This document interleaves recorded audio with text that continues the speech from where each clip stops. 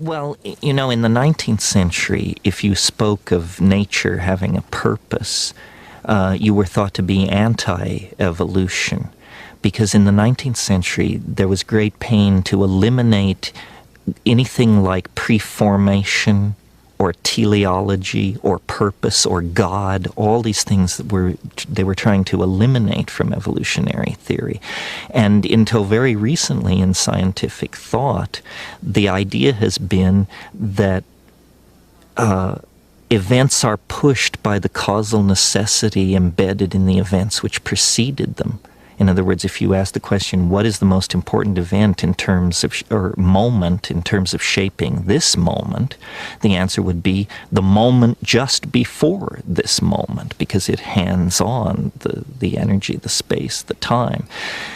Recently, mathematicians have evolved what they call the notion of attractors, or strange attractors in some cases. And these are processes where a dynamic is not pushed by causal necessity from behind, but it's pulled by a point in the future.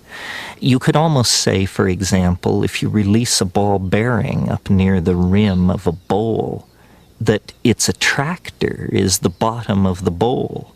And the ball bearing will roll down to the bottom, then halfway up the side, then up the side in shorter and shorter cycles until it finally comes to rest in the exact bottom of the bowl. Well, from the point of view of the new mathematics, the bottom of the bowl is a basin of attraction, and the ball bearing has fallen under its influence. So I have always doubted that evolutionary theory without purpose, without teleology, could produce as complex a world as we see around us in as short a time, 5 billion years, as the life of the Earth. It seemed more as though these processes were not just wandering across a flat genetic landscape.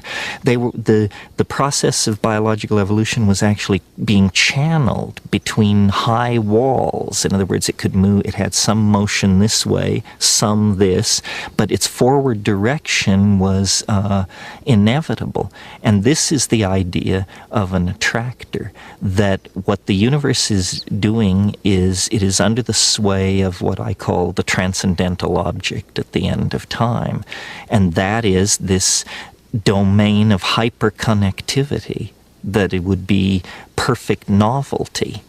And all nature aspires for this state of perfect novelty. You could almost say that nature abhors habit, and so it seeks the novel by producing various kinds of phenomena at every level in biology, chemistry, and society.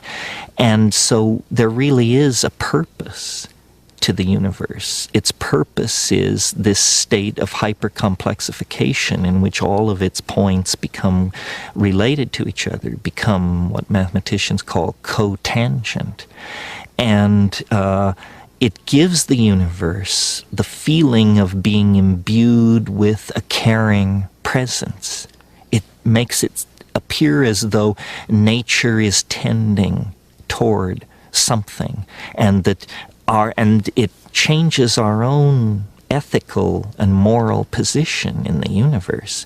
Because, you know, science tells us that we're the products of a cosmic accident.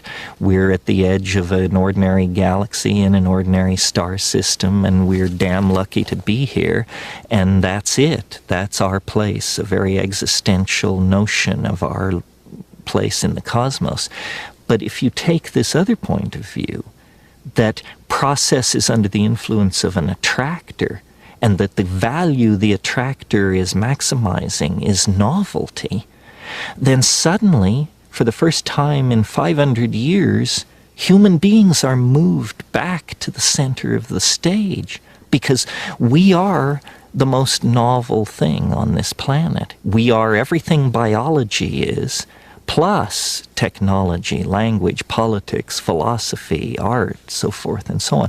So suddenly human beings become important not mere cosmic witnesses to a meaningless cosmos, but the cutting edge of a cosmos that glories in order and is moving toward higher states of order. And at the present moment, we are the carriers. Once it was the volcanic processes that shaped this planet. Once it was the life of the early oceans. Once it was the great dinosaurs. But today, humanity represents the cutting edge of complexity and this process of moving toward complexification. So without invoking God or any sort of myth, you give meaning to human life. What is man's purpose? To advance and preserve novelty. This is an ethical position. It means you don't replace rainforests with pastures. You don't censor books. You don't lean on people who make gender choices different from yours. No, the purpose of being a human is to complexify reality even more, to hand on a more diverse, more complicated, more multifaceted universe to our children.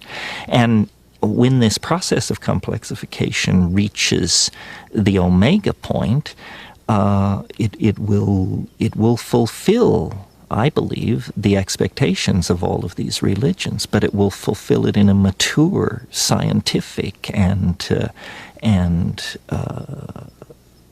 universal way that these religions all lack, because they all reflect their parochial origins.